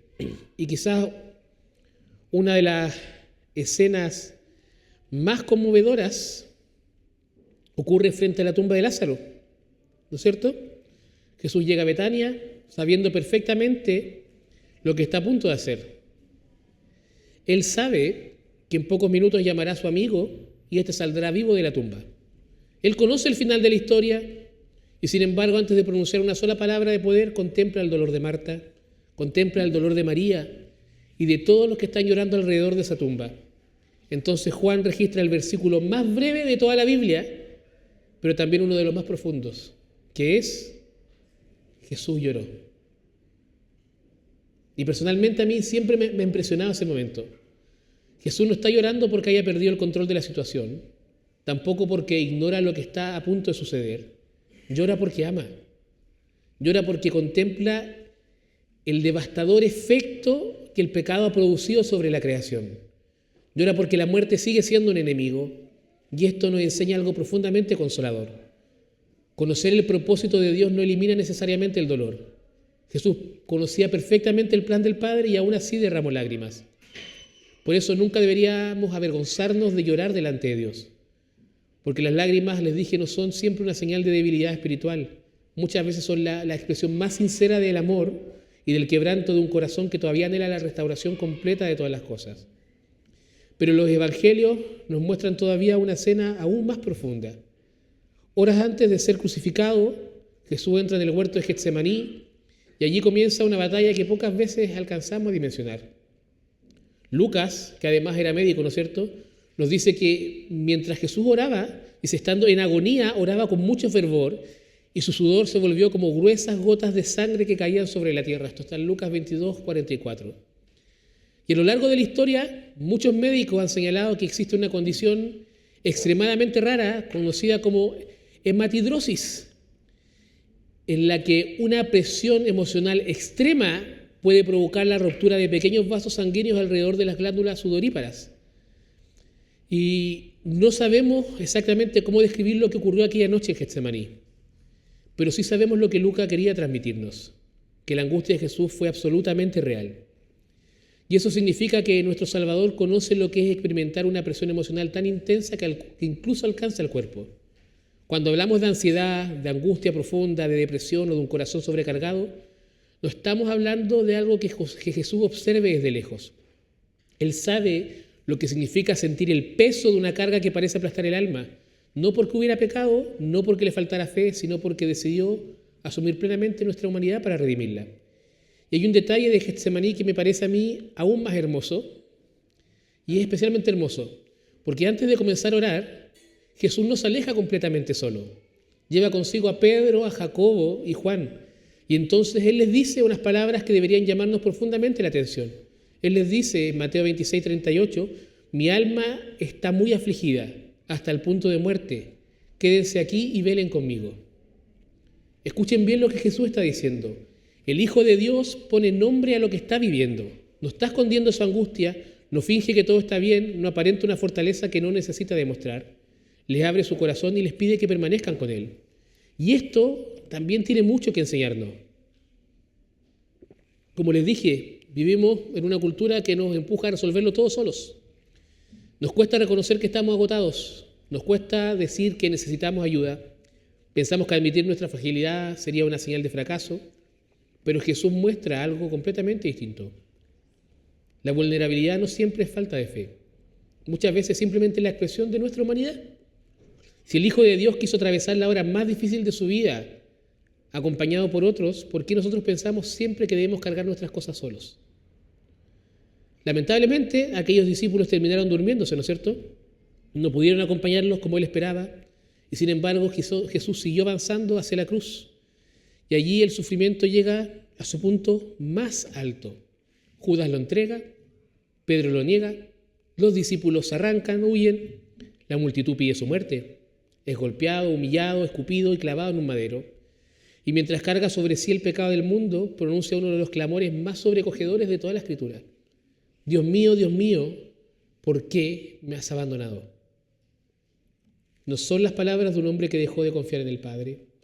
Son las palabras del Hijo que está llevando sobre sí toda la culpa, toda la condenación y toda la maldición que nosotros merecíamos. Cristo descendió hasta lo más profundo de nuestro sufrimiento para que nunca hubiera un lugar de dolor donde sus hijos tuvieran que caminar completamente solos. Por eso, después el autor de Hebreos puede escribir unas palabras que adquieren un significado completamente nuevo, quizás después de contemplar esta escena. Está en Hebreos 4:15. Dice, porque no tenemos un sumo sacerdote que no puede compadecerse de nuestras flaquezas, sino uno que ha sido tentado en todo como nosotros, pero sin pecado. Y esto me conmueve profundamente porque dice, puede compadecerse. No dice simplemente que Jesús conoce nuestro sufrimiento porque posee toda la información acerca de nosotros. Dice que puede compadecerse porque Él la experimentó. Y nuestro consuelo no descansa en un Salvador que estudió el sufrimiento humano desde la distancia, descansa en un Salvador que decidió recorrer personalmente el camino del dolor para sostenernos cuando nosotros lo recorremos.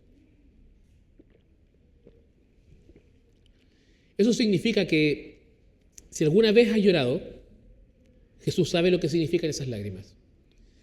Si alguna vez has sentido una angustia tan profunda que parecía afectar incluso tu cuerpo, Jesús conoce esa experiencia.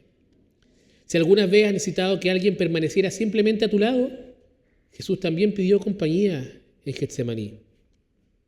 Si alguna vez has sentido el peso del rechazo, de la traición o de la soledad, Jesús también caminó por ese mismo valle antes que tú. No existe una sola experiencia en nuestro quebranto que le resulte ajena. Pero todavía debemos decir algo aún más importante. Jesús no vino únicamente a comprender nuestro sufrimiento, vino a derrotar aquello que destruyó nuestra alma. Si Cristo simplemente hubiera venido a llorar con nosotros, ya tendríamos un consuelo inmenso. Pero hizo mucho más que eso. En la cruz cargó nuestro pecado, con nuestra culpa y con nuestra condenación. Y allí comenzó a deshacer todo aquello que la caída había roto. Y cuando resucitó al tercer día, inauguró la nueva creación anunciando que el pecado y la muerte y el sufrimiento ya no tendrían la última palabra. Y esto significa que la esperanza cristiana nunca consiste en negar el dolor, tampoco consiste en fingir que todo está bien.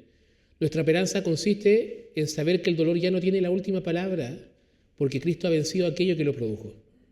Y mientras llega ese día final, seguimos viviendo en un mundo quebrantado, seguimos enfrentando enfermedades, pérdidas, ansiedad, depresión, agotamiento, seguimos enfrentando noches oscuras. Pero ahora caminamos acompañados por un Salvador que no solamente conoce el camino, sino que lo recorrió antes que nosotros.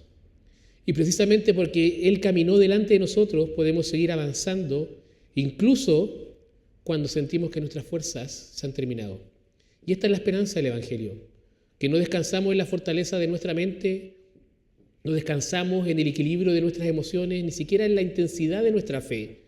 Descansamos en la fidelidad de un Salvador que conoce perfectamente el cansancio del alma y que prometió no abandonar jamás a los que son suyos. Y cuando esa verdad comienza a arraigarse profundamente en nuestro corazón, también transforma la manera en que nosotros como iglesia comenzamos a mirar y acompañar a quienes hoy siguen caminando con el alma cansada. Porque la iglesia es una comunidad para las almas cansadas. Funciona así. Porque después, si miramos a Cristo, la pregunta natural surge: si Él conoce nuestro dolor, si lloró nuestras lágrimas, si Él cargó con nuestro pecado y derrotó la muerte mediante su resurrección, ¿cómo sigue cuidando hoy a las almas que están cansadas? Porque seguimos viviendo en un mundo en el que los creyentes también se enferman, también despiden a sus seres queridos, también atraviesan temporadas de ansiedad, de agotamiento, de duelo, también padecen profunda tristeza. Si Cristo ya venció, ¿por qué el sufrimiento continúa siendo parte de nuestra experiencia? Y el Nuevo Testamento nunca ha evadido esta pregunta. Al contrario, gran parte de las cartas apostólicas fueron escritas precisamente para creyentes que estaban aprendiendo a vivir en esta tensión. Y la respuesta de la Escritura no es que la obra de Cristo haya sido insuficiente, sino que vivimos entre dos momentos de la misma historia de la redención. Cristo ya vino, su victoria fue completa y la resurrección confirmó definitivamente el triunfo sobre el pecado y la muerte. Pero todavía esperamos el día en que esa victoria alcance plenamente a toda la creación. El reino de Dios ya irrumpió en la historia, pero aún esperamos su consumación. Por eso el sufrimiento sigue siendo una realidad, aunque ya no tiene la última palabra. Y mientras esperamos ese día, Cristo no nos ha dejado solos. Él continúa cuidando a su pueblo por medio ¿de qué? De su mismo pueblo. Cuida a su pueblo por medio de su pueblo. Eso es la iglesia. Muchas veces pensamos que la iglesia es el edificio que tenemos el lugar donde nos estamos reuniendo los días domingos, pero el Nuevo Testamento la presenta de una manera mucho más profunda. Es el cuerpo de Cristo, la familia de Dios, el pueblo que Él formó para hacer visible su amor en medio de un mundo quebrantado. Por eso comemos hoy día también juntos, porque somos una familia, somos un pueblo. Y después de lo que hemos visto en este tema el día de hoy, esa verdad debería a adquirir un significado completamente nuevo. Recordemos lo que ocurrió en Getsemaní. Jesús dijo a Pedro, Jacobo y Juan: mi alma está muy afligida hasta el punto de la muerte.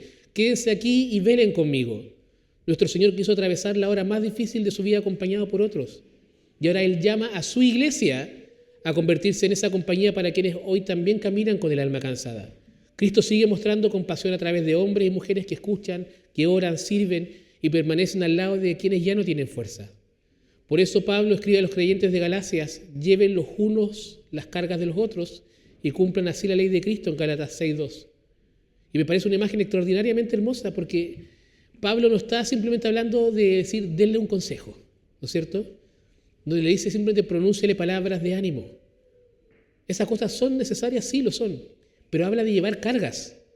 Una carga es un peso demasiado grande para ser transportado por una sola persona. Es aquello que hace que las piernas cedan y que el camino parezca a veces imposible de continuar. Llevar la carga de otro no significa en realidad colocarse debajo de ese peso y ayudarle a caminar. No significa eliminar el sufrimiento, tampoco significa resolver todos los problemas, significa que ya no tendrá que recorrer ese camino completamente solo. Así entiende Dios la vida de la iglesia. Y quizá aquí convenga recordar nuevamente a Job, porque con frecuencia hablamos de los errores de sus amigos, ¿no es cierto? Y con razón, porque terminaron diciendo cosas profundamente equivocadas acerca de Dios y del sufrimiento. Pero antes de equivocarse, hicieron algo extraordinariamente hermoso. Cuando vieron a Job desde lejos, apenas pudieron reconocerlo. ¿Y qué hicieron? Rasgaron sus vestidos, lloraron con él y se sentaron a su lado durante 7 días y 7 noches sin pronunciar ni una sola palabra, porque comprendieron que su dolor era inmenso. Y siempre me ha parecido que ese fue el mejor ministerio que realizaron. Durante una semana completa no intentaron explicar el sufrimiento de su amigo, simplemente permanecieron junto a él. Comenzaron a equivocarse cuando pensaron que debían responder las preguntas que Dios había decidido dejar sin respuesta.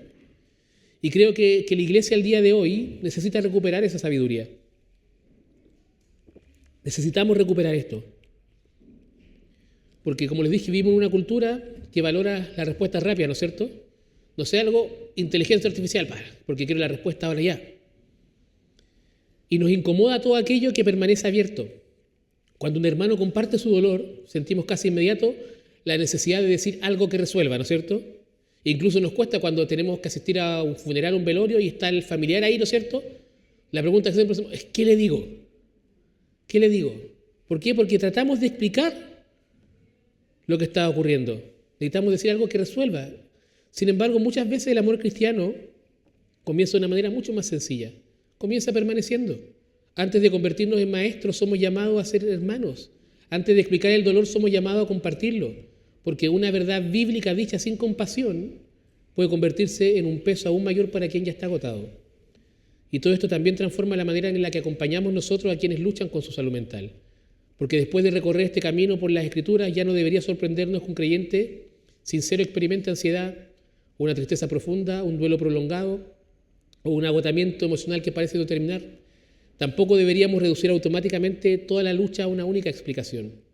Habrá ocasiones en que será necesario llamar amorosamente al arrepentimiento.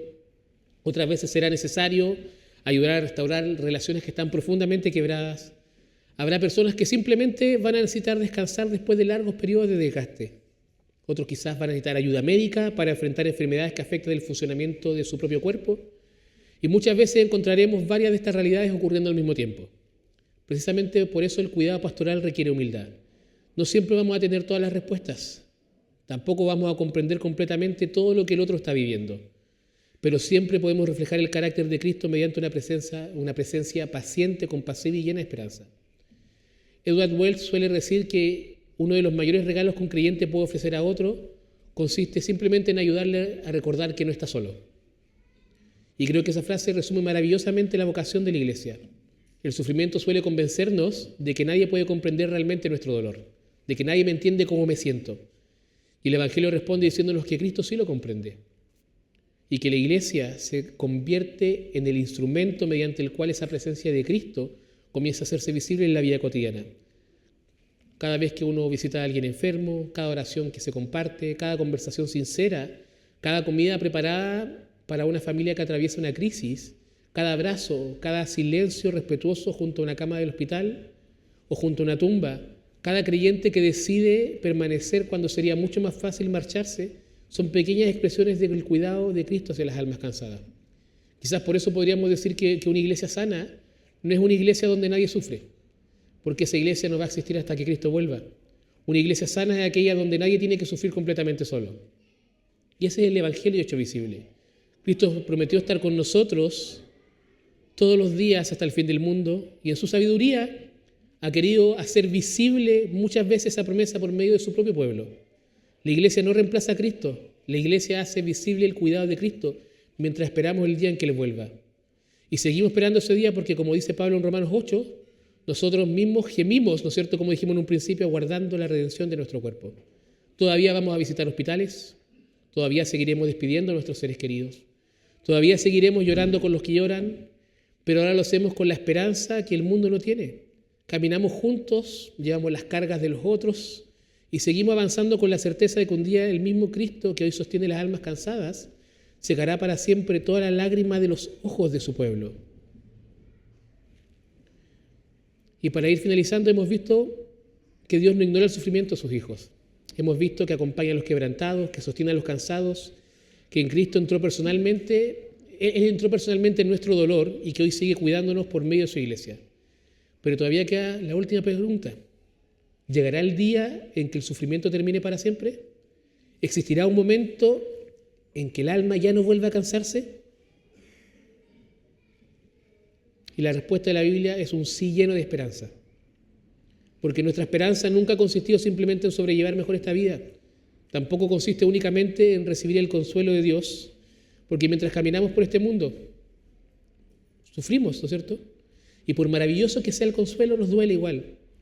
La esperanza cristiana siempre mira más allá, mira hacia el día en que Cristo volverá para completar definitivamente la obra que comenzó en la cruz. Por eso las últimas páginas de la Biblia no terminan hablando solamente del cielo, terminan hablando de una nueva creación. Juan contempla un cielo nuevo y una tierra nueva donde Dios habitará para siempre con su pueblo. Y entonces escucha una de las promesas más hermosas de toda la Escritura. Él enjugará toda lágrima de sus ojos y ya no habrá muerte, no habrá más duelo, ni clamor, ni dolor, porque las primeras cosas han pasado. Y a mí siempre me ha conmovido un detalle de este versículo. Juan no dice que las lágrimas van a desaparecer y que van a desaparecer de la nada. Dice que Dios mismo las enjugará. Es la imagen de un padre que se acerca a sus hijos después de un largo peregrinar y seca con sus propias manos cada lágrima que el pecado arrancó de sus ojos. La historia de la redención termina de la misma manera en la que comenzó. Dios viviendo para siempre con su pueblo. Pero ahora en un mundo donde el pecado ya no tiene la última palabra y ya no puede volver a destruir aquello que Él creó. Y eso significa que llegará un día en el que el alma ya no volverá a cansarse. No porque habremos aprendido finalmente a soportar el dolor, sino porque el dolor va a dejar de existir. No porque nos acostumbremos a la muerte, sino porque la muerte será destruida para siempre. No porque aprendamos a convivir con el duelo, sino porque ya no habrá más despedidas. Todo aquello que hoy hiere nuestro corazón desaparecerá definitivamente cuando Cristo haga todas las cosas nuevas. Y esa esperanza no minimiza nuestro sufrimiento presente, porque la Biblia nunca nos dice que dejemos de llorar porque algún día todo estará bien. Al contrario, reconoce el peso del dolor con absoluta honestidad, pero nos recuerda que las lágrimas no tienen la última palabra. Pablo, que conoció profundamente el sufrimiento, pudo escribir: considero que los sufrimientos de este tiempo presente no son dignos de ser comparados con la gloria que nos será revelada. En Romanos 8:18. No porque el sufrimiento fuera pequeño, sino porque la gloria preparada por Dios será infinitamente mayor. Eso también significa que muchas de nuestras preguntas probablemente van a quedar sin respuesta en esta vida. Job nunca supo la conversación entre Dios y Satanás. Jeremías murió sin ver el fruto completo de su ministerio. Pablo nunca recibió una explicación para su aguijón. Y es posible que hoy tampoco nosotros entendamos muchas de las cosas que estamos viviendo. Pero el Evangelio nunca nos prometió que comprenderíamos completamente los caminos de Dios antes de llegar a su presencia. Nos prometió algo mucho mejor, que un día veremos al Señor cara a cara y descubriremos que jamás dejó de sostenernos. incluso en aquellos momentos en que pensábamos que caminábamos solos. Por eso cuando hablamos de la salud mental desde una perspectiva bíblica, nuestra esperanza nunca puede limitarse a sentirnos mejor aquí y ahora. Oramos por sanidad, buscamos restauración, damos gracias por cada paso que Dios concede en el proceso de quienes sufren. Pero sabemos que la restauración definitiva está aún por venir. Esperamos el día en que ya no va a existir ansiedad, porque no habrá peligro alguno. El día en que ya no existirá depresión, porque el gozo de la presencia de Dios llenará completamente nuestros corazones. El día en que ya no existirá duelo, porque la muerte habrá sido vencida para siempre. El día en que toda herida del alma será restaurada por aquel que hace todas las cosas nuevas. Y esa esperanza no nos invita a escapar del presente, pero nos da fuerzas para permanecer fieles en Él. Sabemos quién es quien sostiene nuestra vida, sabemos hacia dónde se dirige la historia, sabemos que Cristo ya venció y que volverá. Por eso seguimos caminando, incluso cuando el sendero atraviesa el valle de sombra y de muerte. No caminamos porque seamos más fuertes que los demás. Caminamos porque el buen pastor sigue caminando con nosotros y porque sabemos que al final del camino nos espera un día en que Él mismo enjuagará toda lágrima de nuestros ojos y nuestras almas descansarán para siempre. Al principio nos hicimos una pregunta súper sencilla. ¿Qué tiene que decir la Biblia a las almas que están cansadas? Y después de recorrer la Escritura, creo que la respuesta es mucho más hermosa de lo que muchas veces imaginamos. Dios nunca ha sido indiferente al sufrimiento de sus hijos. Desde Génesis hasta Apocalipsis encontramos un Dios que ve el dolor, escucha el clamor de los quebrantados, sostiene a quienes ya no tienen fuerza y camina junto a ellos, aun cuando no logran comprender todo lo que están viviendo. También descubrimos, ¿no es cierto?, que la Biblia no nos invita a fingir que todo está bien. Vimos a Job, David, Emán, Jeremías, Elías, Pablo, y nos mostraron que una fe genuina puede convivir con el cansancio, lágrimas y preguntas, y también con agotamiento. Pero nos llevaron a Cristo, porque Él es la respuesta definitiva de Dios para un mundo quebrantado.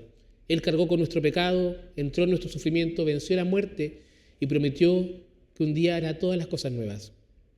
Y mientras esperamos ese día no nos dejó solos, nos dio su Espíritu y nos regaló una iglesia para que aprendamos a llevar las cargas los unos de los otros. Por eso quizás si el día de hoy llegaste aquí con el alma cansada, quizás quiero animarte a no seguir caminando solo. Quizás llevas mucho tiempo luchando con un dolor que nadie conoce. Tal vez has aprendido a sonreír mientras por dentro sientes que ya no puedes más. Y si ese es tu caso, no te escondas, permite que otros oren contigo, que otros caminen contigo y que te recuerden las promesas del Evangelio cuando tú ya no tienes fuerzas para recordarlas por ti mismo. Pedir ayuda no es una señal de debilidad, muchas veces es un acto de fe. Y si mientras escuchabas el mensaje no pensabas en ti, sino pensabas en alguien que amas, recuerda que Dios no te está llamando a convertirte en su Salvador. Ese lugar está ocupado por Cristo. Te está llamando a permanecer, a escuchar, a llorar con los que lloran, a llevar parte de su carga, a hacer visible con tu amor y tu paciencia la compasión del Señor. Y como iglesia ese también es nuestro desafío. No ser una comunidad donde nadie sufre, porque ese día todavía no ha llegado, sino ser una comunidad donde nadie tenga que sufrir completamente solo. Que quienes entren por esas puertas descubran que aquí no tienen que aparentar perfección para ser amados, porque todos somos personas necesitadas de la misma gracia y todos necesitamos ser sostenidos por el mismo Salvador. Y si hoy todavía no conoces personalmente a Jesús, quiero terminar hablándote de Él más que de cualquier otro tema. El cristianismo no ofrece una técnica para eliminar el sufrimiento y tampoco te ofrece una fórmula para evitar todas las dificultades de la vida. Nos presenta una persona, un Salvador que conoce el dolor, que comprende el quebrantado, que murió por nuestros pecados, que resucitó victorioso y hoy sigue amando a todos los que están cansados para que encuentren descanso en Él. Por eso quiero terminar exactamente con las palabras que Él dijo en Mateo 11, del 28 al 30. Y quizás creo que después de todo lo que hemos visto, son palabras que entenderemos mucho mejor.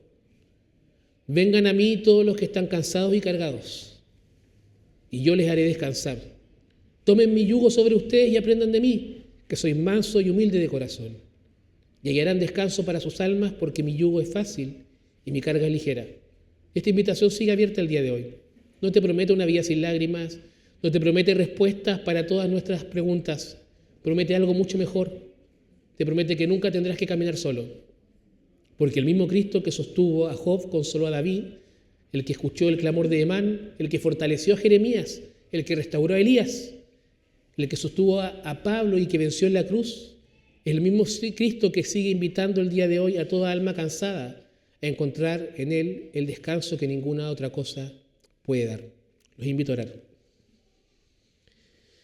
Bendito Padre, te alabamos y te bendecimos. Te damos gracias, Señor, por tu gloria. Gracias por tu amor. Gracias por mostrarnos que tú estás con nosotros y que nos acompañas, Señor. Gracias porque tú conoces nuestra angustia, nuestro dolor, las cargas que cada uno de nosotros lleva. Gracias por no dejarnos solos, por enviar a tu Espíritu y por proveernos de una familia espiritual que acompaña el uno al otro. Transfórmanos como iglesia, Señor. Transforma nuestros corazones. Cambia nuestras vidas. Haznos ser cada día más como tú, tener tu mismo amor, tu misma mirada, tu misma compasión. Ayúdanos a ser una iglesia no más numerosa, sino a ser una iglesia fiel a ti, una iglesia que te ama, una iglesia que ama a su hermano que está al lado, que se preocupa, que lo cuida, que lo acompaña. No una iglesia que tiene todas las respuestas, sino una que está presente para llevar la carga del que ya no puede más por su propia cuenta. Ayúdanos tú, Señor, mediante el poder de tu Espíritu Santo. En el nombre de Jesús. Amén.